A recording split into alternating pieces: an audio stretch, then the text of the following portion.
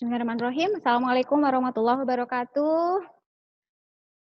Salam sejahtera untuk Bapak Ibu semua. Apa kabar? Semoga Bapak Ibu semua Waalaikumsalam Baik, warahmatullahi Sarah. wabarakatuh. ya, semoga Bapak Ibu semua dalam sore. kondisi sehat ya. Oke, baik. Selamat sore. Ya, Insya amin. Allah. Semoga pandemi COVID-nya segera berakhir ya Bapak Ibu semua ya. Amin. Nah, jumpa lagi dengan saya Hikmah yang akan memandu acara hari ini, edukasi daring dari House of Share. Kali ini kita kedatangan tamu yang luar biasa nih, pemateri kita hari ini, yaitu Dr. Minarto MPS dari Persagi. Siapa yang nggak kenal Pak Min nih ya, luar biasa nih. Peserta kita hari ini juga banyak sekali. Hari ini kita akan diskusi tentang PSBB dan dampaknya terhadap status gizi anak. Nanti juga akan ada sharing-sharing dari teman-teman di Puskesmas Klaten dan mungkin dari Aceh juga. Mudah-mudahan bisa bergabung untuk sharingnya. Baik, kita langsung saja kami persilahkan pada Pak Min. Monggo Pak, apa kabar Pak Min? Alhamdulillah baik, mudah-mudahan semua baik. Ya, baik. Selamat kerja di rumah. Baik, saya ini ingin slide-nya sebentar. Ya, monggo Pak Min, apakah sudah terlihat slide-nya? Ya, sudah. Oke. Sudah, terima kasih Mbak Hikmah. Oke, monggo Terima kasih. Pak. Ya, terima kasih. Baik, teman-teman sekalian, Assalamualaikum warahmatullahi wabarakatuh. Waalaikumsalam. Selamat kerja di rumah dan COVID segera berlalu sehingga kita bisa. Jadi 2 minggu yang lalu atau seminggu yang lalu tepatnya kita ngobrol dengan Bu Nini dengan teman-teman untuk kira-kira apa yang menarik kita diskusikan dalam konteks dengan kaitannya dengan COVID ini dan terkait dengan masalah-masalah program dan kita mengambil masalah program gizi. Awalnya sebenarnya tadinya kita akan bicara tentang khusus pemantauan pertumbuhan. Tapi lalu kita angkat, kenapa kita tidak bicara status gizi anak, karena ini forum diskusi. Saya lihat di sana ada Bu Atmarita tadi hadir, ada Bu Lucy hadir, teman-teman hadir, sehingga nanti kita bisa berdiskusi, berdialog, untuk bisa membahas itu semua. Yang berikutnya, waktu kita diskusi dengan Bu Nini, juga Bu Nini, sebaiknya kita hadirkan teman-teman dari lapangan, supaya kita bisa mendapatkan gambar yang jelas sebenarnya apa yang terjadi pada tingkat lapangan. Oleh karena itu, nanti setelah saya mulai, nanti akan ada sharing dari beberapa teman yang pelaksana betul apa yang terjadi di tingkat lapangan dan apa kemungkinan dampaknya terhadap masalah-masalah gizi ke depan. Saya dari Persagi dan saya juga nyambi di tengah itu, ada tulisan logo di tengah, saya nyambi di situ. Saya sehari-harinya membantu Penas dan kantor staf wakil presiden untuk mengembangkan program stunting. Jadi nanti saya akan ceritakan hal-hal yang data-data saya kaitkan dengan apa yang kita miliki selama ini. Silakan Mbak Hikmah, slide berikutnya. Teman-teman, saya akan mulai dengan ini yang sangat sering saya gunakan. Saya senang dengan menggunakan ini. Ada dua bentuk masalah kekurangan gizi pada anak itu. Yang pertama adalah yang kronis, yang kedua adalah yang akut. Kronis akut, menurut beberapa pakar, batasnya 6 bulan. Yang kronis itu kalau terjadi dalam waktu yang lama, lebih dari 6 bulan misalnya, dan atau yang sering berulang. Akut sesaat yang terjadi kepada suatu waktu yang menimbulkan dampak kepada masalah gizi. Yang kronis biasanya diikuti kekurangan gizi makro dan mikronutrien. Kalau yang akut biasanya tidak, hanya kekurangan defisit yang besar masalah energi, yang biasa diikuti dengan masalah-masalah infeksi. Yang akut, yang kronis manifestasi menjadi stunting, yang akut menjadi gizi kurang atau gizi buruk. Jadi kalau di Permenkes yang baru itu namanya, jadi sudah di rumah ya, kalau dulu kita menggunakan wasting, sekarang gizi kurang, gizi buruk. Jadi kalau yang dulu itu gizi kurang, gizi buruk itu menggunakan istilah berat badan menurut umur, sekarang sudah kita rubah menjadi berat badan menurut tinggi badan. Jadi ada dua ini mempunyai karakteristik yang memang berbeda. Kalau wasting akut menjadi berlarut-larut, dia akan menjadi kronis. Menjadi kronis yang menjadi masalah-masalah yang berhambatan dengan pertumbuhan linier. Yang kiri menjadi tinggi badan yang tidak cukup, yang kanan menjadi pengurangan berat badan atau berat badan menjadi tidak cukup. Yang kiri disebut artinya TBU yang sekarang dianggap sebagai indikator yang paling sensitif untuk memprediksi kematian jangka panjang dan produktivitas. Yang kanan itu sangat sensitif untuk mendeteksi kematian jangka pendek. Jadi anak-anak yang gizi buruk itu risiko kematiannya tinggi sekali, mendekati 11-17 kali dibandingkan dengan anak-anak yang normal. Sehingga prediksi kita nanti saatnya COVID akan kemana? Ke kanankah, ke kirikah, atau ke kanan dan ke kiri? Itu nanti kita diskusikan ke sana. Saya kira ini landasan utama bagaimana kita bisa menjelaskan kira-kira kemungkinan dampaknya akan seperti apa. Berikutnya Mbak Hikmah. Ya, Pak. Nah, saya akan mulai dari melanjutkan cerita ini dari sisi bagaimana apakah memang bareng terjadinya? Tidak. Teman-teman, ini ada dari Lancet saya ambil. Kalau kita bicara stunting memang tadi di sana kronik, maka dipengaruhi oleh pertumbuhan sebelum lahir. Paling atas itu ada yang namanya pertumbuhan di intrauterin, pertumbuhan janinnya. Di sana ada peran kesehatan remaja, anemia ibu hamil, indikator BBLR. Di samping itu, anak juga kekurangan gizi mikro, terutama zinc, kemudian zat besi, itu sangat dominan sekali yang akan dapat stunting.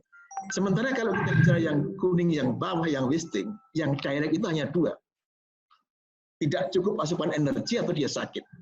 Itu yang ada dalam program framework ini yang dikembangkan dari Lancet. Sehingga kalau kita melihat ada faktor pertumbuhan intrauterin itu, ada ada kekurangan energi, dan satu lagi breastfeeding. Saya kira ini dikelompokkan, dikeluarkan dari satu chapter khusus karena breastfeeding itu ternyata memang kita pahami, kita yakini akan sangat berdampak betul untuk meningkatkan daya tahan, mencegah infeksi, anak tidak wasting.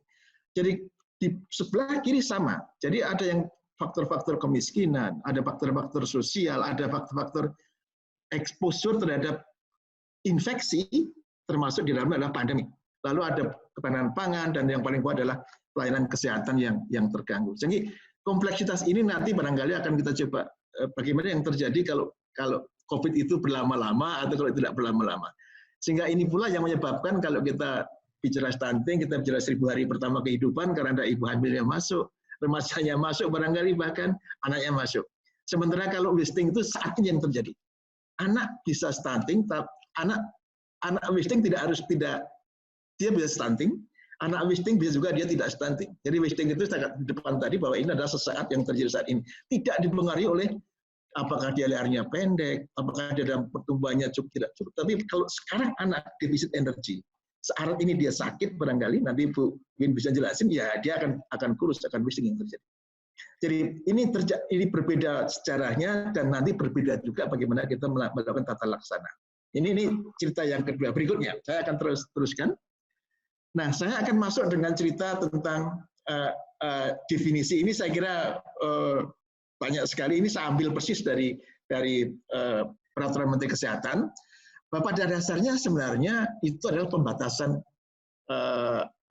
kita sebut kalau sekarang istilahnya social distancing, membatasi akan tidak terjadi transmisi penyakit itu. Apa yang kalau kita lihat di sana misalnya satu libur sekolah, tujuannya supaya tidak menular, tidak ada transmisi virus itu. Pembatasan keagamaan dikecualikan kalau di rumah dan terbatas. Jadi memang tujuannya untuk kita tidak ada atau memperkecil kemungkinan untuk transmisi virus itu. Lalu pembatasan di kegiatan di tempat-tempat umum misalnya, mengecualikan misalnya boleh yang penting-penting boleh buka. Paskes dan vaskes lain yang terkait dengan kegiatan dipersilakan buka misalnya. Lalu tempat-tempat fasilitas umum yang pemenuhan kebutuhan dasar diperbolehkan. Artinya bagaimana dengan puskesmas, bagaimana dengan rumah sakit, bagaimana dengan posyandu, dengan prinsip itu nanti kita diskusikan. Lalu pembatasan kegiatan sosial masyarakat, yang penting tidak ada kerumunan massal, lalu pembatasan moda transportasi dan sebagainya. Dan ini akan sangat terkait dengan, karena kegiatan kita di lapangan itu terkait dengan kumpul-kumpul banyak orang. Kalau kita bicara dengan posyandu, kelas ibu hamil, barangkali ya, kunjungan puskesmas itu sangat terkait sekali dengan pengumuman orang yang dalam peraturan ini termasuk diperingatkan. Berikutnya, saya melihat ada beberapa catatan yang menarik dari respon pemerintah, dan saya sangat memahami betul kalau kita baca banyak sekali peraturan yang sudah ada, yang tujuannya satu sebenarnya. Pertama, memutus rantai penularan atau transmisi itu, dan yang kedua menjaga agar pelayanan kesehatan tetap berjalan. Kan tidak mudah itu. Kan begitu kan? Yang satu begitu risikonya dengan penularan, yang kedua jangan sampai ada masalah gangguan dan pelayanan kesehatan. Contoh misalnya di nomor 1, ada pelayanan imunisasi. Ada edaran Pak Dirjen sangat jelas sekali, bahwa setiap anak harus dipenuhi imunisasi sesuai dengan jadwal. Itu disebutkan di sana. Lalu ada pasal-pasal berikutnya, di mana tempatnya bisa di posyandu, bisa di puskesmas. Kalau di posyandu seperti apa, harus betul-betul menjalankan, menerapkan konsep social distancing tadi, baik di puskesmas. Dan ada klausul, apabila prinsip-prinsip tidak dipenuhi, maka untuk sementara bisa ditoleransi. Jadi bagaimana kita mengedepankan betul aspek pencegahan virus itu, lalu diikuti dengan bagaimana kita memelihara agar safety kita tetap berjalan. Lalu nomor 2 ada banyak pedoman, nanti sebagian akan kita singgung. Lalu ada gizi juga mempunyai pedoman yang baru, isinya sama. Ya prinsipnya kalau misalnya tidak ada masalah, misalnya transmisi lokal, atau misalnya di daerah itu aman, ya harusnya program-program itu memang berjalan sesuai dengan apa yang diharapkan. Semua program gizi, baik itu pemberdayaan pertumbuhan sampai tablet tambahan itu berjalan sebagaimana mestinya. Ibu hamil juga sama persis. Ada pedoman yang dikeluarkan oleh teman-teman dari Keska, sangat jelas isinya. Pertama, ya ibu hamil harus dipenuhi pemeriksaan itu. Tetapi bila itu tidak dimungkinkan, jadi bila tidak ada gangguan masalah kehamilan, maka pemeriksaan kehamilan bisa ditunda. Jadi betapa pentingnya betul kita mengedepankan pencegahan untuk virus tadi. Baru kemudian berikutnya tentu kita harus melanjutkan pelayanan kesehatan karena dampaknya juga sangat-sangat besar. Banyak sekali ada rekomendasi ASI, MPASI kita bahas minggu yang lalu. Lalu ada beberapa masalah media KI sudah banyak sekali yang disampaikan. Jadi teman-teman sekalian, pemikiran saya kira beban kita bareng-bareng harus kita samakan bahwa memang kita tidak ingin pelayanan kesehatan kita itu katakanlah berkurang atau menurun, tapi dalam waktu yang sama kita harus menjaga berusaha agar transmisi itu tidak terjadi. Karena hanya dengan itu kalau menurut para pakar kita bisa mengendalikan COVID ini. Selama kita tidak bisa mengendalikan transmisi itu, maka kita akan sulit untuk melakukan pengendalian secara baik dengan masalah-masalah COVID itu. Berikutnya. Nah, ada beberapa yang ini berita. Ibu sekali ini berita yang banyak sekali, ada ratusan bahkan ribuan yang ada di dalam media itu yang kalau tadi di atas seperti itu diatur, maka apa yang terjadi di lapangan? Misalnya contoh nomor 1 itu, misalnya di puskesmas Pasir itu di Kalimantan, ternyata puskesmas untuk sementara ditutup misalnya. Kalau puskesmas tutup, barangkali tentu posyandu akan tutup karena puskesmas adalah pengampu kita di posyandu. Kemungkinan besar kalau puskesmas tutup, ya posyandu akan tutup. Lalu kemudian bawahnya juga sama, bawahnya NTB juga sama, NTB belum PSBB, tapi ketika ada informasi yang begitu besar itu, maka kebijakan teman-teman di lapangan, oke, karena memang ada tenaga kesehatan yang terpapar, maka kita tutup untuk sementara. Kemudian berikutnya banyak sekali informasi, ini penting sekali teman-teman, karena untuk menggambarkan, kalau kita tulis seperti ini tulisannya, tetapi ternyata di lapangan tidak. Belum ada informasi tentang transmisi misalnya, atau ada satu kasus, atau ada kasus yang lain, itu daerah mengambil keputusan untuk bisa menutup atau untuk sementara memberhentikan pelayanan kesehatan. Sopir ambulan positif, terus ada di Bekasi, ada segala macam. Dan ini banyak sekali informasi ini yang kalau kita bisa ada waktu bisa kita teliti banyak sekali. Ini penting karena kita belum punya penelitian terhadap dampaknya terhadap pelayanan kesehatan dan gizi ini. Ini hanya kalau begitu kita punya pemikiran, kalau begitu ini memang ada dampaknya. Kan begitu berarti ada dampaknya terhadap pelayanan kesehatan dan nanti ada dampaknya terhadap pelayanan gizi masyarakat. Berikutnya. Nah, ini yang berikutnya tentang posyandu. Sama persis. Ini nomor 1 di Jakarta. Posyandu diliburkan misalnya. Nomor 2 itu ada daerah lain misalnya. Nomor 3 Surabaya ditutup, dihentikan sebentar. Banyak sekali informasi itu yang merefleksikan bahwa respon di daerah seperti itu toh. Makanya nanti kami minta betul teman-teman dari Aceh, dari Klaten, enggak kok, kita masih bisa. Nah, nanti kita ceritakan dengan baik dan nanti tentu yang paling penting bagaimana kita memberikan masukan kepada teman-teman kalau begitu supaya kita damai tidak terlalu banyak apa yang kita kerjakan. Saya kira ini penting sekali teman-teman. Ini akan menjadi bagian yang eviden yang walaupun deskriptif, tapi paling tidak kita sudah bisa membayangkan ternyata kalau tidak segera diselesaikan, dampaknya akan berkepanjangan. Nanti akan kita diskusi risikonya apa kalau berkepanjangan. Berikutnya. Lalu sedikit kita masuk kepada pemikiran. Nanti di belakang ada beberapa penjelasannya. Jadi ada 5 skenario kalau kita menyatakan berdampak tidak. Itu ada 5 hal. Dan nanti akan kita jelaskan kenapa ada yang warna merah, kenapa yang hijau, kenapa yang hitam. Dampak pertama adalah kalau pandemi ini berkaitan dengan menurunnya ketahanan pangan di tingkat rumah tangga, ketersediaan pangan rumah tangga. Kita bisa mereka-reka sekarang, kira-kira ada ya dan tidak. Kalau kita lihat bahwa di bawah saya kasih kurung itu, kalau kebijakan pemerintah tentang sekarang kita teruskan dan aman dan bagus, sekarang ada program stimulus ekonomi, ada bantuan pangan, misalnya bantuan sembako, ada lagi PKH yang dipercepat. Kalau itu dengan baik dan tepat sasaran, mestinya suplai asupan energi protein tingkat rumah tangga cukup. Kalau sembako itu kan memang bukan cuma ya, itu kan energi dan protein. Jadi dari sisi kuantitas energi protein mestinya dampak ini kalau tidak berjalan, kalau program pemerintah seperti sekarang dijalankan, dihitung dengan baik, mestinya ada satu tidak begitu kekhawatiran, kecuali untuk masa keluarga-keluarga yang misalnya yang sangat tidak mampu dan kebetulan ada problem dengan pendataan yang tidak terdaftar, itu ada masalah. Tapi sebenarnya dari skema pemerintah yang saya baca, yang kita lihat sebenarnya cukup mumpuni, bahkan yang paling besar menghabiskan sumber dana itu adalah yang ini. Bagaimana pemerintah mencoba untuk menghindari jangan sampai ini berdampak pada level rumah tangga pangan itu, karena pangan itu berarti satu tidak bisa ditawar. Kita menyadari bahwa kalau sudah lapar, sudah tidak makan itu bencana besar sekali. Saya kira ini salah satu hal yang makanya saya tidak banyak kupas yang nanti, tapi saya membayangkan bahwa suplai untuk energi dan protein kita akan cukup. Memang untuk yang lain barangkali tidak cukup, untuk yang terkait dengan vitamin dan mikronutrien.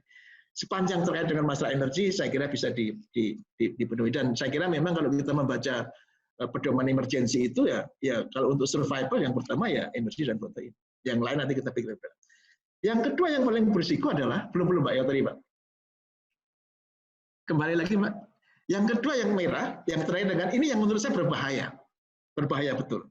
Karena pemahaman masyarakat tergantung. Karena kalau begini, kalau di banyak kasus nanti akan tergantung dengan suplai dari pemerintah.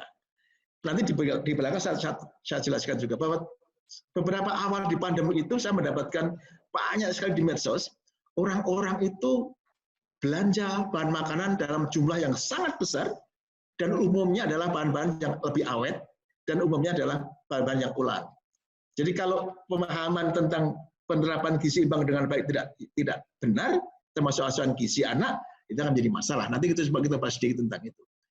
Dan yang paling besar juga yang bawahnya, pengaruh terhadap pelayanan kesehatan gizi. Karena terkait dengan tadi ada posyandu yang tidak aktif, pada tidak berjalan, ada puskesmas tidak berjalan, ada beberapa barangkali keterlambatan dalam proses penyediaan input, itu segala macam. Dan yang paling keempat adalah dampaknya terhadap lingkungan dan terutama akses air bersih dan sanitasi. Yang keempat saya tidak khawatir karena tidak akan menurunkan akses air bersih dan sanitasi.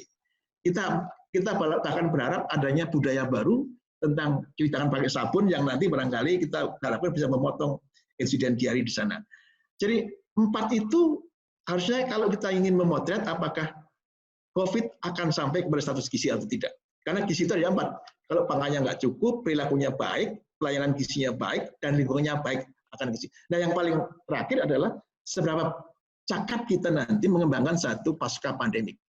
Ini saya kira berangkaian. Kalau kita bisa mengembangkan strategi pasca pandemik dengan baik dan tepat, mungkin dampaknya bisa sedikit kita kurangi dan tidak terlalu besar terhadap masalah gizi. Nah, ini yang menjadi poin yang nanti akan saya coba sedikit kupas di bagian belakang. Terus berikutnya. Nah, ini yang saya katakan tadi. Ini banyak sekali yang terjadi dan rupanya tidak hanya di Indonesia, di banyak kasus pandemik. Di Indonesia, saya cerita banyak sekali dikirim foto ada orang yang belanja pakai keranjang di supermarket. Persiapan saya untuk lockdown misalnya gitu, banyak sekali. Apa yang dibeli?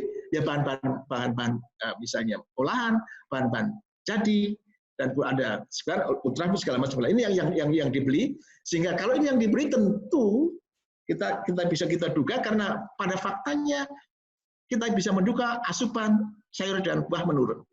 Karena buah-buah ini tidak bisa disimpan seperti yang di atas. Bisa kita simpan sampai 1 sampai 10 hari, tapi sebenarnya dari sisi ketersediaan dan pemanfaatan tidak akan akan lagi menurun. Konsumsi makanan jadi dan olahan akan meningkat. Sehingga waktu kita diskusi dengan Bu Tan, beberapa waktu lalu, justru yang kita khawatirkan ada ancamnya meningkatnya yang tidak kita inginkan. Misalnya penyakit-penyakit yang degeneratif.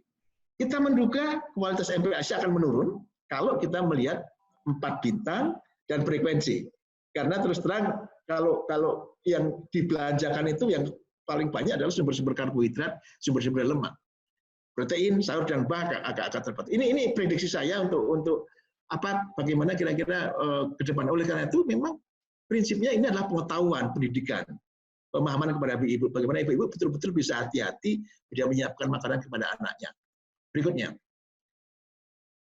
teman-teman, ini berikutnya ini adalah satu skenario. Coba, ya, dampak pelayanan gizi.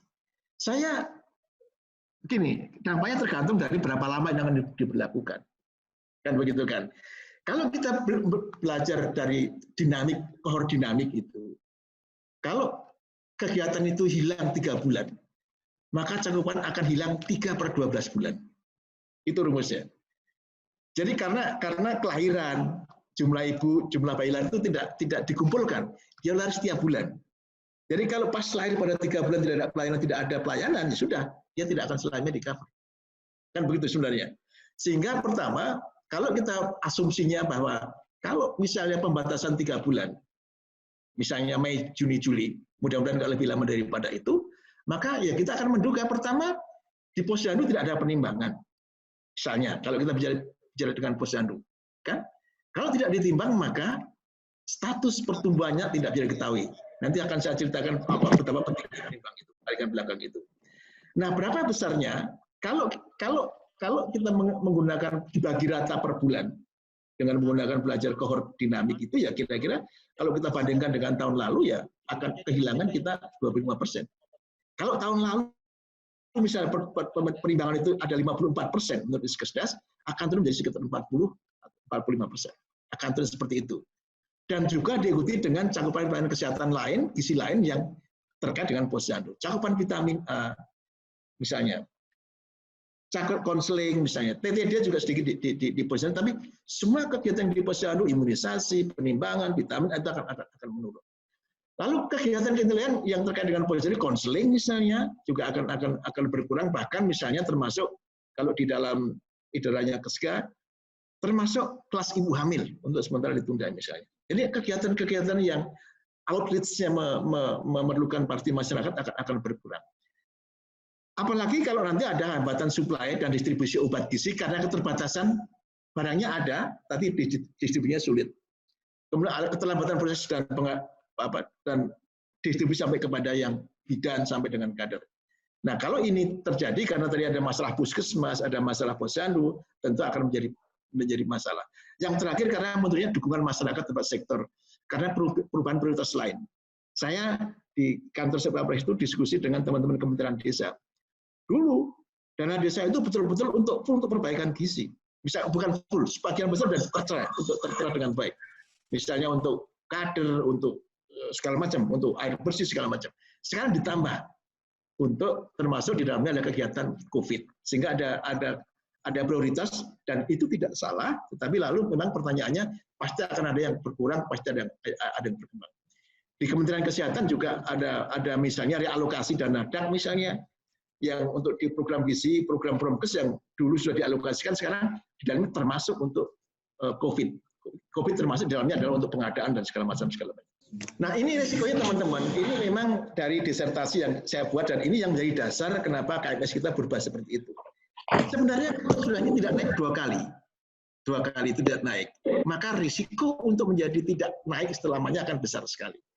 Kalau naik terus oke, yang kita harapkan. Tidak naik 1 kali masih bisa pulih, tapi kalau sudah 2 kali, 3 kali ke atas, maka itu akan menjadi masalah yang besar.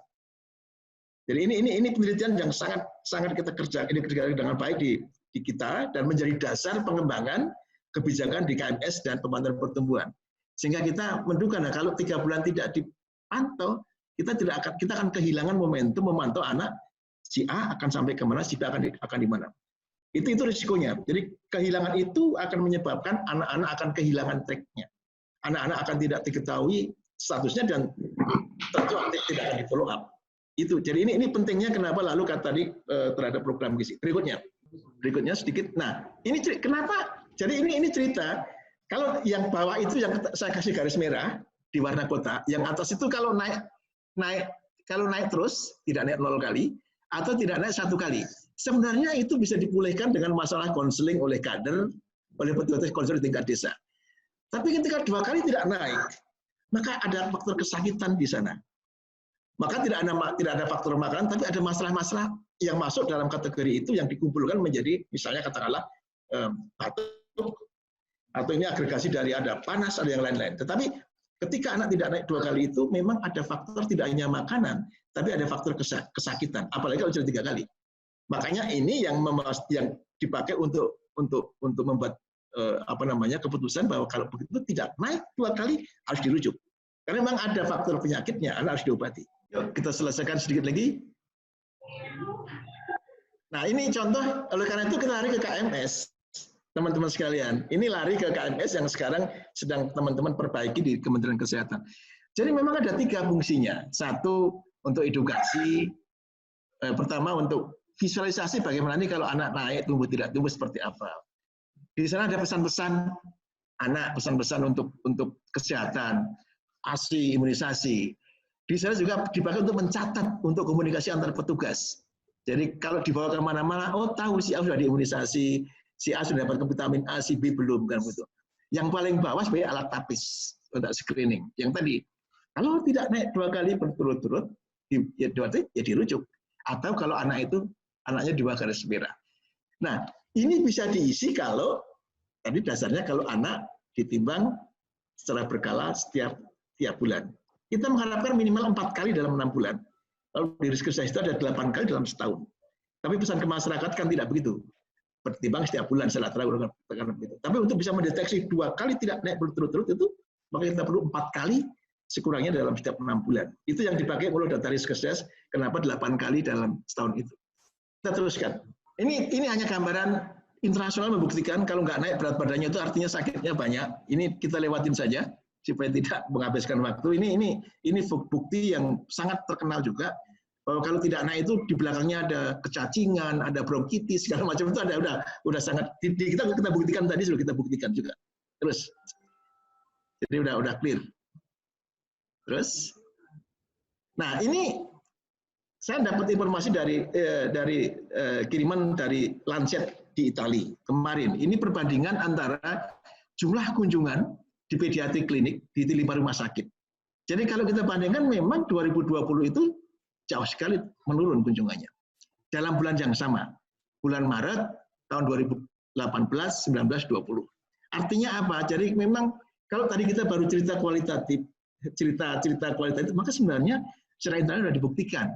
Maka kalau tidak benar-benar kita selesaikan, ya ini akan berlanjut. Data ini saya sebenarnya baru beberapa hari yang lalu dikirim, tapi ini membuktikan bahwa di sana memang berdampak dan kita belum punya data. Kemarin saya minta teman-teman di Ditsi punya nggak data. Cakupan penimbangan misalnya Maret tahun ini, Maret tahun lalu, Maret sebelumnya itu tidak mudah.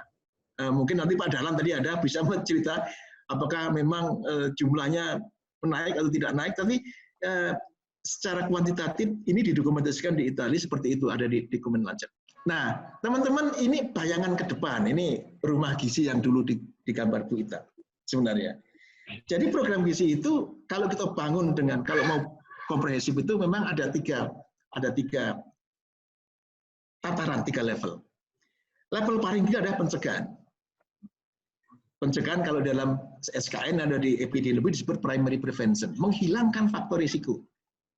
ASI kita tingkatkan, PMBA kita tingkatkan, kasih vitamin A, ibu hamil, pelayanan kesehatan, air minum, sanitasi itu kita kerjakan semua dengan baik, diikuti dengan yang namanya pemantauan pertumbuhan.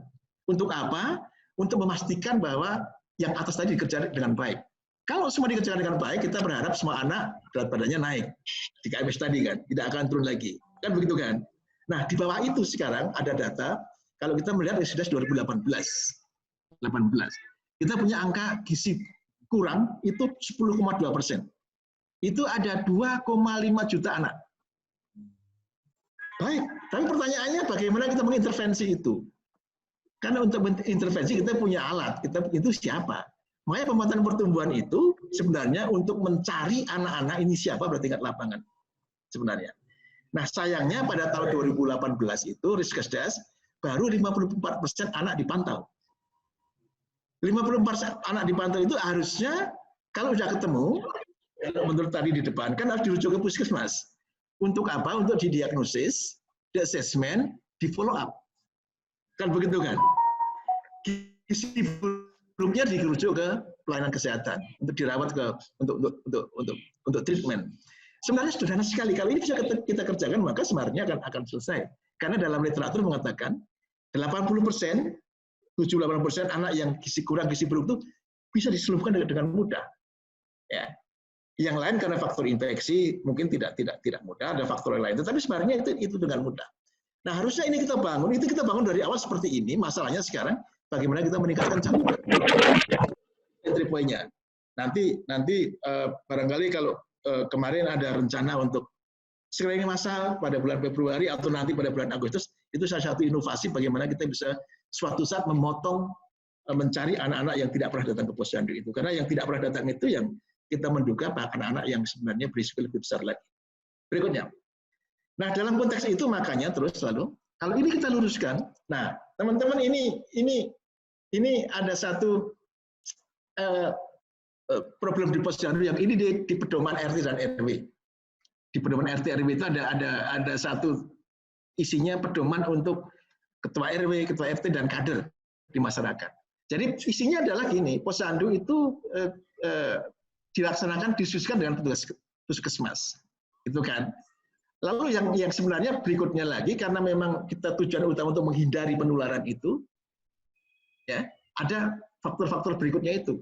Ya, kegiatan dapat dihentikan sementara atau jika tetap dilaksanakan maka. Jadi ini adalah satu yang di depan saya sampaikan tadi. Kita mengutamakan untuk membatasi transmisi di sisi lain, secepat mungkin kita meneruskan upaya yang kita lakukan tadi. Jadi di bawah itu ada syarat-syaratnya nanti teman-teman bisa dicek di literatur banyak sekali di dokumentasi yang sudah disebarluaskan. Berikutnya, tinggal 2 lembar lagi kalau masalah. Nah, ada satu leaflet dari tempatnya Bu Dian bahwa kalau memang daerah itu memang sudah transmisinya itu atau barangkali keputusan daerah, ya itu ditunda. Sayangnya memang kemarin saya juga dapat telepon dari kepala desa, saya belum loh Pak. Tapi kita ada informasi, saya takut juga kata-kata diberhentikan juga akhirnya kan. Jadi memang informasi itu yang harus kita siapkan. Ini apa? Apakah artinya 270 kabupaten harus kita tunda? Apakah baru level dari puskesmas? Apakah dari level yang pada tingkat lebih bawah lagi? Bayangan saya yang paling tahu adalah tingkat kabupaten. Kalau sudah kabupaten itu sudah ada kasus, ya artinya ada transmisi. Entah transmisi itu sampai merembet ke tingkat kecamatan atau tingkat yang lain, kita tidak tahu. Tetapi sebenarnya ketika ini dikerjakan, maka kita akan mendapatkan gangguan banyak kegiatan gizi, antara lain tumbuh kembang, imunisasi akan terganggu.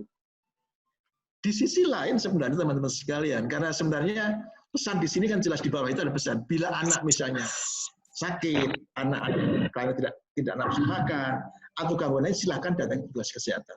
Itu perintahnya. Jadi kita ada alternatif lain supaya anak tetap bisa bisa kita pantau, kita pelihara kesehatannya.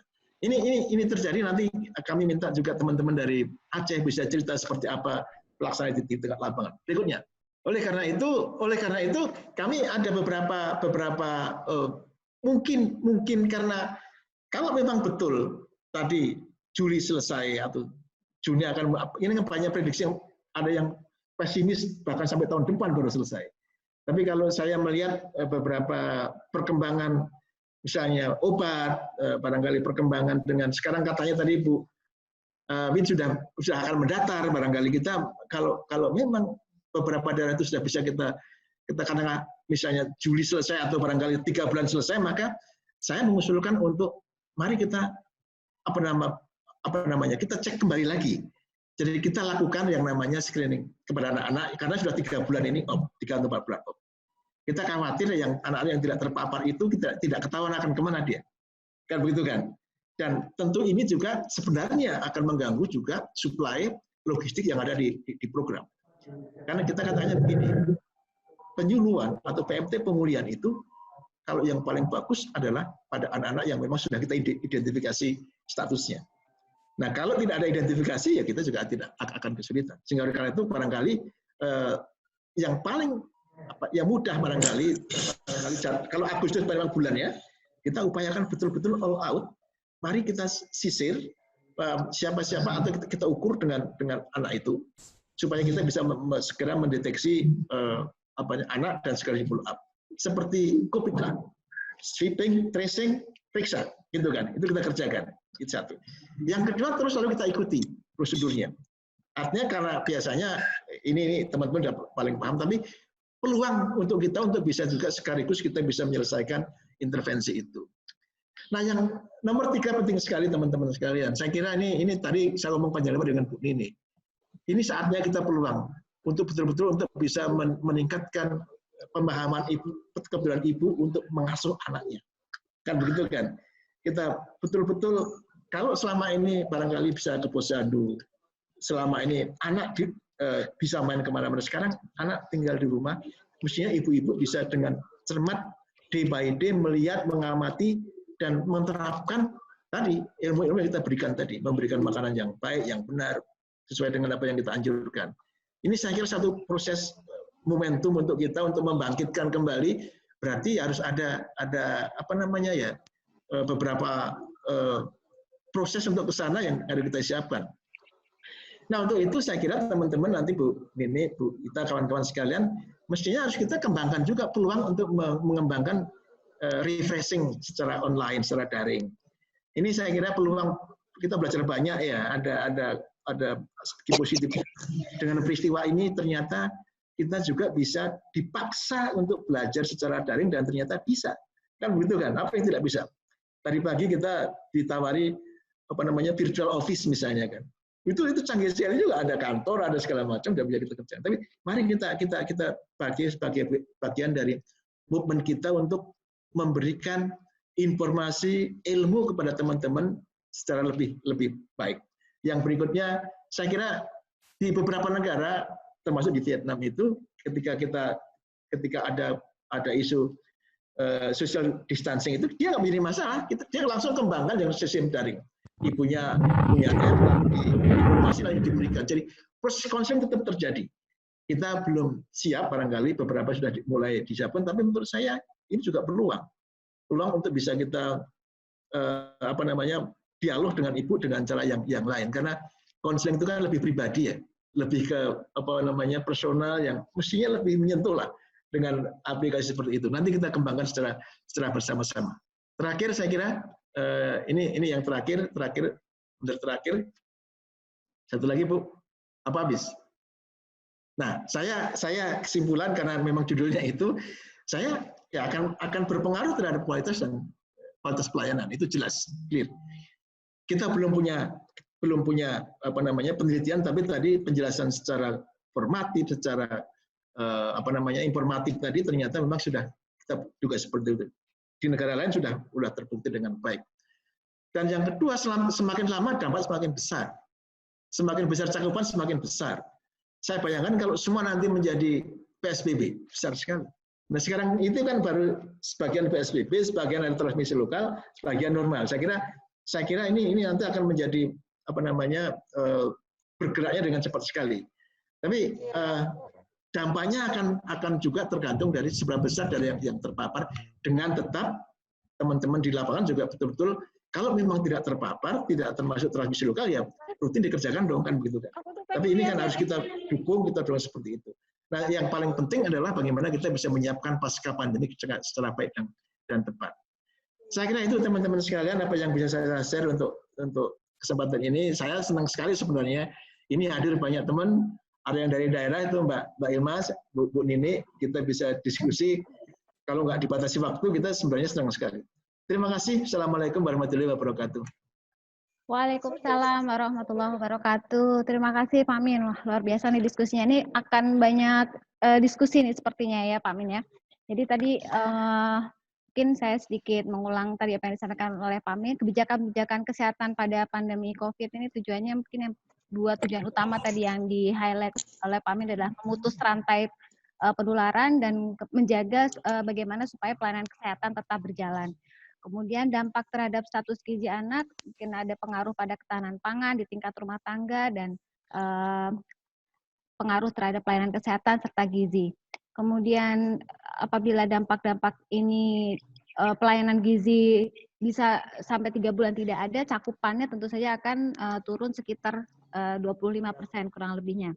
Jadi semakin lama masa pandemik dan semakin luas cakupannya, maka dampak terhadap pelayanan gizi akan semakin besar tentunya.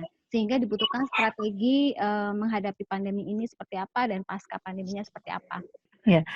Assalamualaikum warahmatullahi wabarakatuh. Ya, baik. Terima kasih. Senang sekali saya bisa diberi kesempatan untuk sharing di sini. Dan bahagia sekali saya bisa melihat dan membaca nama-nama teman-teman yang ikut bergabung dalam kegiatan sore ini. Ada Bu Mustika, ada Kak Ira dari Bandung, ada dari Aceh, ada beberapa teman-teman yang saya kenal, dan banyak sekali. Alhamdulillah semua diberi kesehatan dan kita bisa bertemu meskipun dalam batasan layar ini.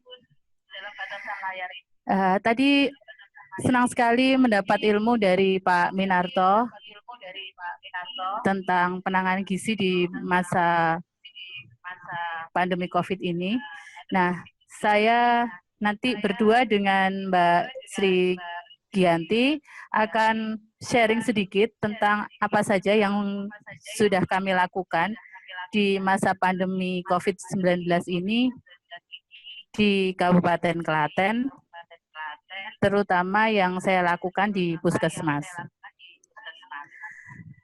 Memang tidak mudah pada saat awal kami beradaptasi dengan kondisi ini. Ketakutan masyarakat dan termasuk kami sendiri sebagai tenaga kesehatan ini juga membatasi semua kegiatan kami dalam pemantauan gizi balita. Kegiatan yang kami lakukan itu antara lain kunjungan rumah, itu lebih banyak kami lakukan, terutama pada sasaran-sasaran risiko tinggi, misalnya bayi risiko tinggi, kemudian balita risiko tinggi. Tentu saja informasi risiko tinggi ini kami dapatkan dari bidan desa. Di setiap desa kami ada 18 desa, sehingga kami bisa mendapatkan data bayi-bayi risiko tinggi dan balita risiko tinggi yang memang dirasa perlu untuk dilakukan kunjungan dan konseling di rumah. Kunjungan bayi ini kami lakukan tentu saja tetap dengan menggunakan protap atau aturan-aturan di masa pandemi dan didampingi oleh bidan desa setempat. Kami juga melakukan selain kunjungan rumah, ada satu desa kami, nah ini mungkin bisa menjadi masukan dan saya mencoba menyemangati teman di desa, di bidan desa di desa ini. Ada satu desa bernama Desa Paseban yang melakukan penimbangan balita, tetapi tidak posyandu, jadi tidak dikumpulkan dalam satu kegiatan posyandu, tetapi dipilah menjadi RW. Nah, di RW itu sudah ada data berapa balita dan bekerja sama dengan Satgas Desa untuk membantu memanggil satu persatu balita supaya tidak terjadi pengumpulan massa di situ. Kemudian ketentuan-ketentuan seperti pembatasan kader, kemudian alat timbang, kemudian cuci tangan. Nah, ini juga kami lakukan. Tapi ada satu hal yang di sini sangat kami perhatikan, ada 1 atau 2 RW yang di situ banyak terdapat ODP, artinya banyak pendatang, banyak orang-orang mudik yang sudah ditetapkan menjadi ODP. Nah, di RW itu tidak dilakukan kegiatan ini, karena bidan desanya tahu bahwa di situ daerah yang risikonya lebih tinggi dibandingkan RW-RW yang lain. Sehingga penimbangan di RW itu hanya difokuskan pada balita-balita yang mempunyai masalah tumbuh kembang di bulan sebelumnya. Nah, ini tentu saja kemampuan bidan atau bagaimana bidan benar-benar menguasai kondisi wilayahnya di masa pandemi ini sangat penting bagi kami sebagai petugas gizi untuk mengidentifikasi apakah wilayah-wilayah ini aman atau memang sudah tidak aman untuk kita lakukan kegiatan-kegiatan pemantauan bayi dan balita. Kemudian untuk kegiatan penimbangan ini juga alat timbangannya yang kami gunakan tidak jajin, tetapi timbangan injak digital yang direkomendasikan ya, kami menggunakan CK, kemudian sehingga tidak ada kontak antara petugas kesehatan, kader, atau petugas posyandu atau satgas dengan si bayi dan si ibu. Nah, ini salah satu yang kami lakukan. Kemudian kunjungan balita risiko tinggi, ini juga kami lakukan pada balita-balita yang BGM di bawah garis merah, kemudian kurus, ya, dan sangat kurus. Kalau untuk sangat kurus, ini kami rujuk ke puskesmas. Nah, puskesmas kami kebetulan sudah memisahkan tempat pemeriksaan ibu dan anak itu tidak di puskesmas induk, tetapi di salah satu pustu di desa, yang di desa itu masih tidak ada kasus. Sehingga untuk ibu hamil dan balita, bayi dan balita termasuk imunisasi, kami lakukan di tempat yang terpisah. Meskipun begitu, kami tetap melakukan screening seperti yang dilakukan di puskesmas, tapi itu salah satu upaya kami untuk memperkecil risiko bagi sasaran ibu hamil, bayi, dan balita. Nah, kunjungan rumah ini fokusnya adalah untuk BGM dan gizi kurang. Kemudian dengan menggunakan alat timbang juga digital dan pemberian PMT pada balita.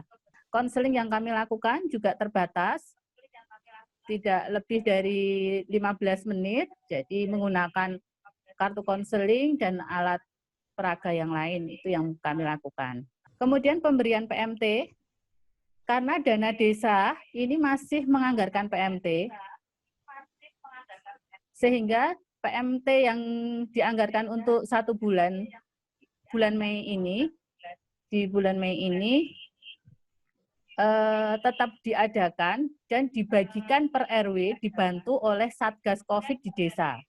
Meskipun ini juga belum berjalan di semua desa, tetapi di satu desa yang tadi sudah melakukan penimbangan, ini bisa dilakukan.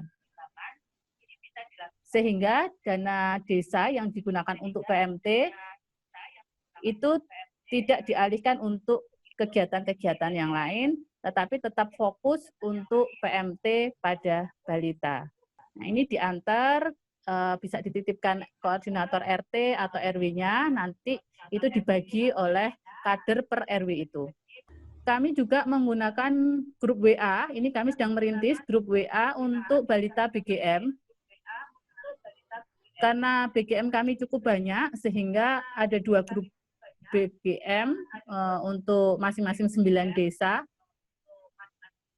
Ini saat ini baru terbentuk, dari 18 baru terbentuk 7 desa yang masuk. Ini kami gunakan untuk mengingatkan, memberikan informasi, kemudian memberikan tips-tips atau mungkin hal yang perlu diperhatikan ibu dalam pemberian makan, dan bagaimana mengenali kondisi-kondisi anak di masa pandemi ini. Dan sehingga ibu bisa lebih waspada terhadap kondisi anaknya. Nah, diharapkan dengan grup WA ini akan memudahkan kami untuk berkoordinasi dan mengurangi angka kontak dengan ibu, dan ibu tidak harus ke puskesmas atau ke fasilitas kesehatan yang mempunyai risiko lebih tinggi. Ini kami mencoba membuat dari pengalaman teman-teman yang sudah melakukan, bagaimana langkah-langkah melakukan kunjungan rumah dan konseling pada masa pandemi bagi petugas kesehatan. Ini kami coba digunakan ini sebagai protap atau pedoman supaya teman-teman di lapangan merasa aman dan punya panduan untuk tetap melakukan kegiatan-kegiatan kunjungan rumah maupun konseling di lapangan.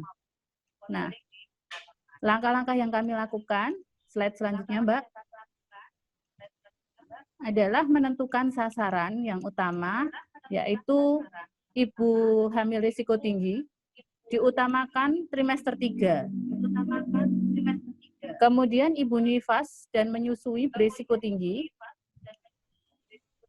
misalnya pasca SC, bayi kembar, atau ibu yang mempunyai kesulitan saat menyusui. Kemudian bayi risiko tinggi dan balita gizi buruk. Jadi inilah menjadi sasaran kami, menjadi prioritas sasaran untuk dilakukan kunjungan rumah. Datanya kami dapat tentu saja koordinasi dengan teman-teman bidan desa dan dari aplikasi Sinpus Gizi KIA yang selama ini kami gunakan. Nah, kemudian tahapan sebelum melakukan kunjungan rumah, yang pertama adalah bidan desa akan membuatkan janji dulu kepada sasaran, karena biasanya sasaran ini yang punya nomor kontaknya adalah bidan desa. Nah, kemudian kunjungan ini sudah dibuat janji dulu, kemudian buat kesepakatan waktu dan tempat kunjungan. Biasanya kami minta untuk konseling di teras atau di depan rumah, supaya lebih aman, terkena sinar matahari. Kemudian kami meminta bidan desa untuk menanyakan keluhan utama dari sasaran yang akan kita kunjungi. Kemudian kita minta sasaran untuk menyiapkan buku KIA, dan meminta sasaran untuk menyiapkan atau memakai masker saat kita datang berkunjung. Nah, ini dilakukan melalui WA atau telepon. Biasanya kami bekerja sama dengan bidan desa setempat. Ini udah terakhir, Mbak? Terakhir. Ini udah slide terakhir? Ya, slide terakhir, betul. Udah slide terakhir. Slide terakhir. Baik. Nah, setelah ini ada satu tahapan yang perlu kita lakukan, bagaimana kita melakukan kunjungan rumah pada saat kondisi seperti ini. Jadi apa yang harus diperhatikan adalah yang pertama, petugas wajib menggunakan handscoon, face shield, masker, atau APD yang standar. Kalau yang kami gunakan, kami menggunakan masker dan face shield. Kalau ibu biasanya dengan bidan, saat kunjungan Bu Fas Resti, karena memeriksa atau melakukan sentuhan, biasanya menggunakan handscoon. Kemudian, lakukan proses konseling di luar rumah sebisa mungkin, kecuali bila itu dilakukan pemeriksaan dalam, misalnya pemeriksaan jahitan atau payudara, itu kita lakukan di dalam tetapi hanya sebentar saja. Kemudian tetap jaga jarak dengan sasaran 1,5 meter sampai 2 meter. Kemudian bila harus melakukan pemeriksaan ataupun konseling, kami maksimal melakukan tidak lebih dari 15 menit dan berusaha untuk membatasi pembicaraan. Jadi dalam 3 langkah konseling 3 langkah ini yang kami gunakan saat kunjungan rumah adalah langkah ketiga. Karena langkah pertama dan kedua kami harapkan sudah didapatkan dari komunikasi WA sebelumnya oleh bidan desa. Kemudian menggunakan media untuk mempermudah proses konseling, seperti buku, boneka, kartu konseling, atau lembar balik.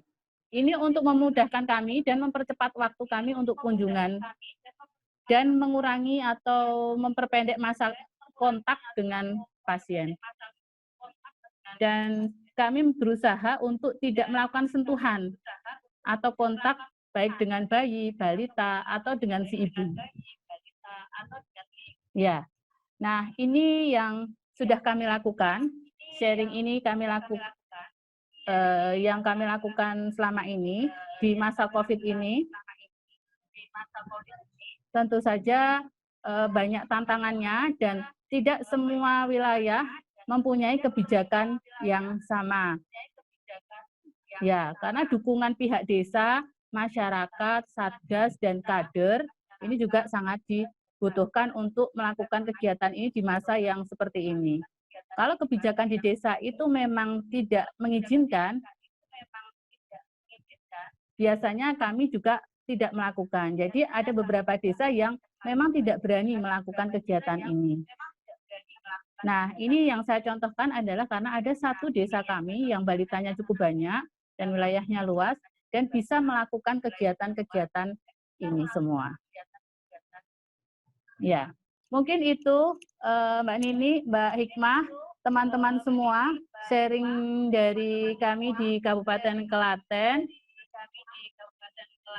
Ini nanti Mbak Gi akan bercerita tentang kegiatan pemantauan pada ibu hamil. Tadi saya fokus ke bayi dan balita. Baik. Ya, terima kasih teman-teman untuk kesempatan yang diberikan. Semoga kita selalu dalam lindungan Allah dan kondisi pandemi ini segera selesai. Dan suatu saat kita dipertemukan lagi. Terima kasih.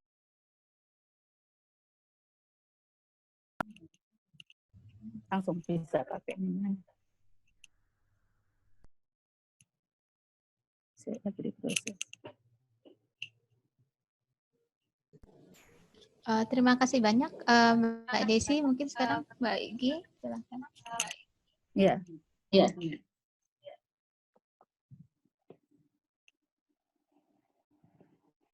Baik, terima kasih. Assalamualaikum warahmatullahi wabarakatuh.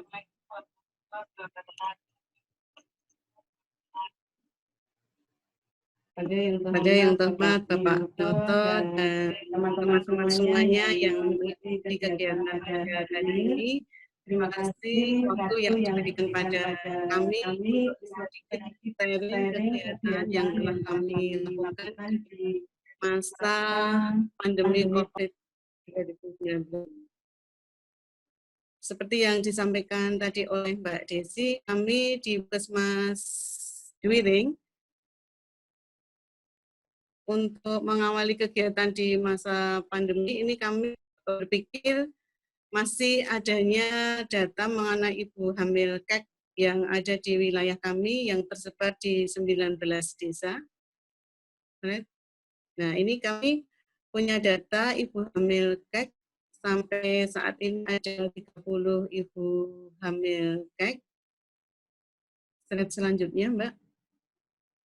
Untuk data balita, balita yang di bawah garis merah, pada saat ini kami mempunyai data ada sekitar 24 balita yang di bawah garis merah.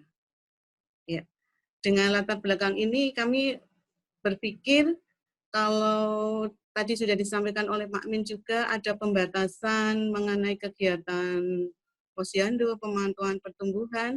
Kemudian kami khawatir kalau nanti balita yang risiko tinggi, ibu hamil yang risiko tinggi ini kita tidak melakukan pemantauan, kita takut jatuh ke arah yang lebih parah lagi, sehingga kami mencoba, selanjutnya Mbak bisa di-share. Ya. Kami berkoordinasi dengan bidan desa dan kader untuk melakukan kegiatan supaya pemantauan pertumbuhan untuk balita maupun ibu hamil ini berjalan dengan baik dan tidak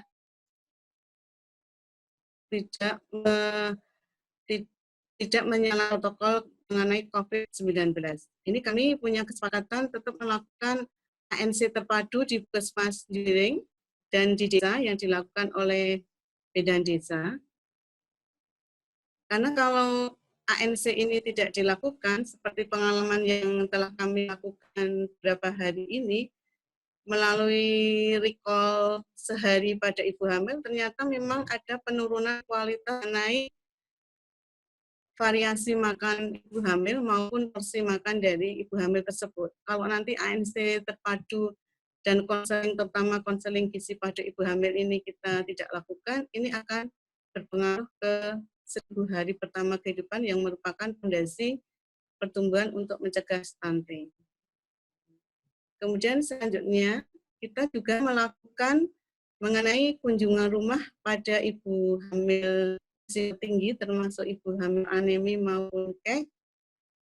Di situ kita kunjungan dengan melakukan pemberian PMT pemulihan yang didanai oleh desa maupun BOK. Kemudian nanti untuk PMT pemulihan ini kita berupa bahan makanan mentah yang kita salurkan lewat bantuan kader maupun bidan desa dengan kita sampaikan ke ibu hamil maupun ibu balita yang risiko tinggi PGM itu untuk diolah. Kader memberikan bersama bidan desa dari resep yang diberikan oleh petugas gizi puskesmas. Sehingga kalau nanti dimasak oleh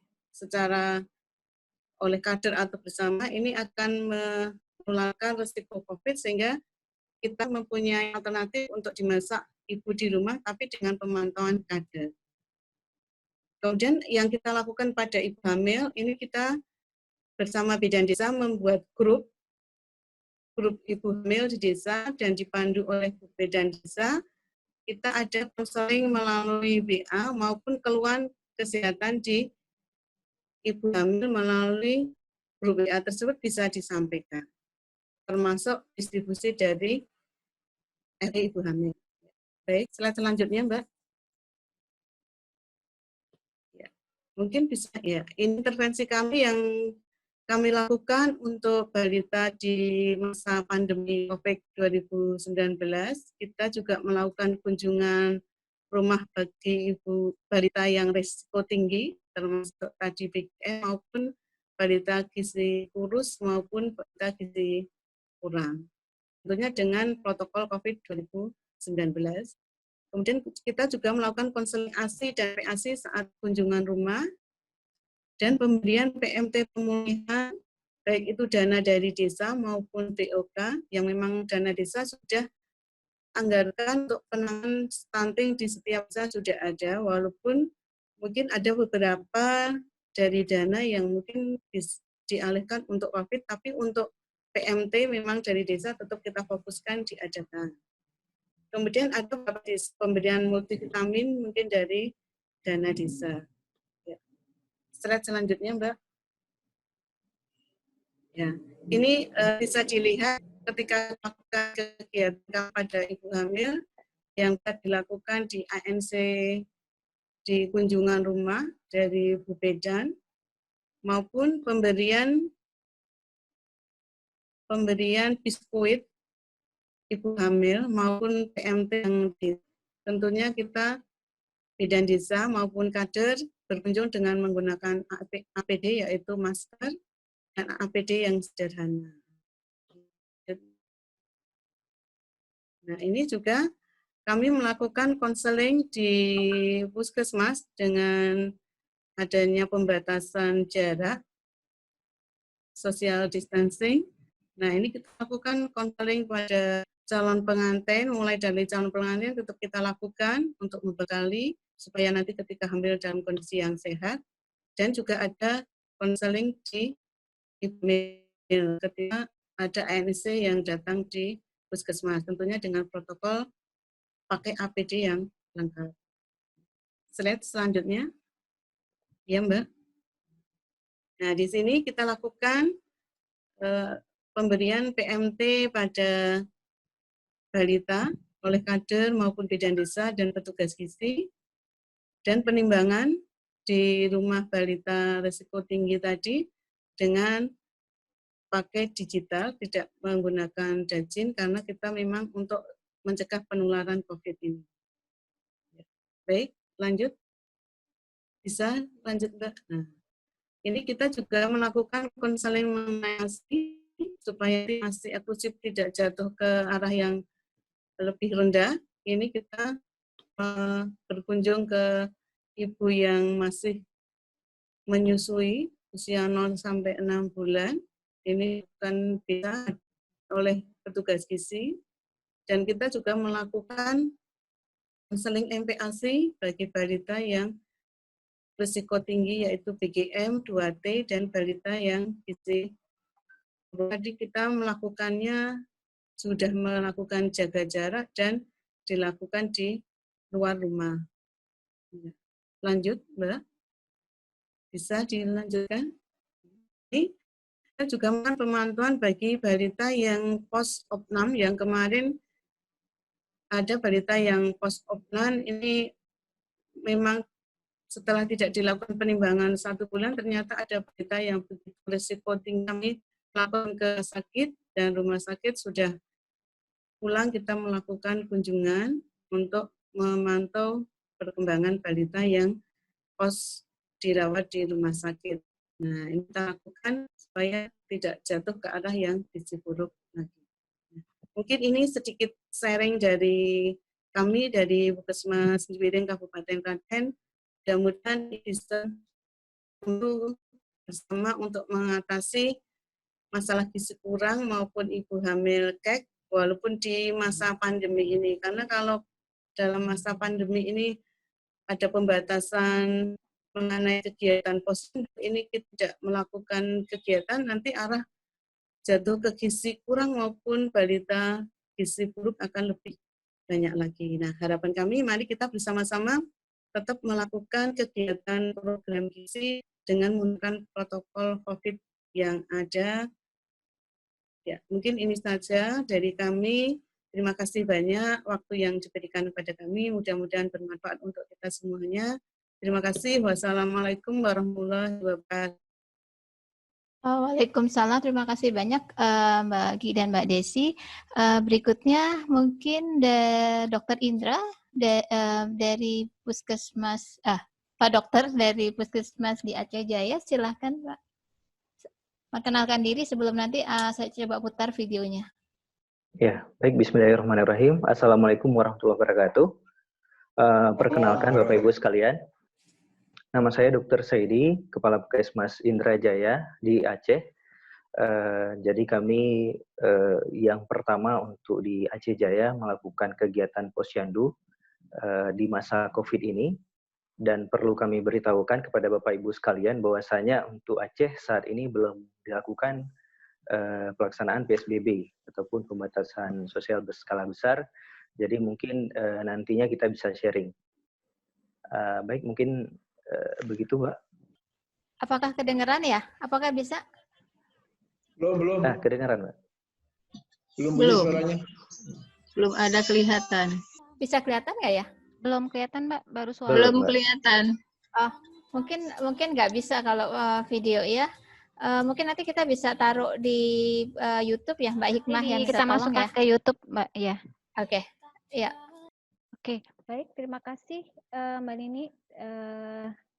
Dan tadi ada sharing dari Bu Desi dan Bu Gi serta Dr. Indra. Ini sudah Mbak Hikmah, maaf mungkin Dr. Saidi bisa cerita ya. Dr. Saidi ya. Mungkin bisa cerita. Dr. Saidinya mana nih? Iya. Dok, ya mungkin Iya. mau cerita dulu Dok, silakan.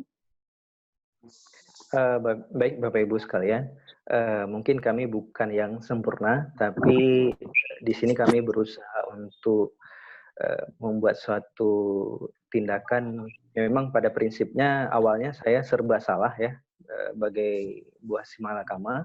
Jadi ketika kita adakan posyandu terbenturan dengan regulasi dan kita tidak buat pun kita takutkan nanti beberapa bulan kita kan nggak tahu seberapa lama masa pandemi ini. Jadi alhamdulillah ada titik terang. Awalnya ada himbauan operasional posyandu dari Dinas Kesehatan Kabupaten provinsi ya. Setelah itu kami ada kegiatan Fitcon dengan pihak provinsi, dinas provinsi dan Kemenkes pada saat itu. Jadi pada intinya kegiatan posyandu bisa saja dilakukan, apalagi di daerah kami Aceh yang belum melaksanakan PSBB dengan tetap memperhatikan protokol kesehatan, diantaranya social distancing, memakai masker bagi petugas, peserta posyandu, kader, lalu memakai masker, dan prinsip-prinsip lainnya seperti jaga jarak dan lain sebagainya. Nah, memang awalnya ada kekhawatiran dari pihak kami Puskesmas karena belum ada satupun Puskesmas di kabupaten kami yang melaksanakan kegiatan posyandu ini di masa COVID. Jadi saya yang pertama adalah membuat suatu tim integrasi dengan Promkes, Gizi, Bidan Desa, dan program lainnya untuk kegiatan posyandu ini, termasuk juga dengan imunisasi, bagaimana kegiatan posyandu yang akan kita laksanakan. Setelah kami berbincang dengan tim, maka kami sepakat akan membuat kegiatan posyandu di masa COVID, dan kami libatkan juga lintas sektor, seperti Kepala Desa dan Babinsa, pihak aparat TNI. Alhamdulillah, kegiatan posyandu yang kami lakukan diterima oleh masyarakat dan warga. Kekhawatiran yang awalnya kami pikirkan tidak terjadi. Kami takut ada penolakan ataupun ada terjadi sesuatu yang tidak diinginkan, tapi alhamdulillah tidak terjadi. Dan dalam hal ini pihak kepala desa beserta aparat desanya sangat mendukung dengan adanya kegiatan ini. Kita sudah sampaikan ke kepala desa bahwasanya kita permintaan izin dan kita koordinasi, pihak desa menyambut baik, mereka menyiapkan segala kebutuhan untuk posyandu seperti tempat cuci tangan, bahkan sudah menganggarkan dana desa untuk mengadakan pembelian masker kain bagi masyarakat. Nah, ini sangat kami apresiasi. Jadi dari berbagai pihak, alhamdulillah memang mendukung untuk kegiatan posyandu yang kami lakukan. Dan setelah kami lakukan, di beberapa puskesmas lain di kabupaten kami sudah mulai berani ataupun sudah mulai ada inisiatif untuk melakukan kegiatan yang sama. Mungkin itu Bapak Ibu yang dapat kami sampaikan dari kegiatan posyandu di Aceh. Oke, baik, terima kasih Dokter Saidi. Sehat-sehat ya Dok di sana? Iya, alhamdulillah sehat di sini. Oke, baik. Terima kasih tadi juga sudah ada sharing dari Bu Desi dan dari Bu Gi. Nanti mungkin videonya yang dari Dokter Saidi nanti kami coba untuk masukkan ke YouTube ya Dok ya? Boleh. Iya. Ya, oke. Baik.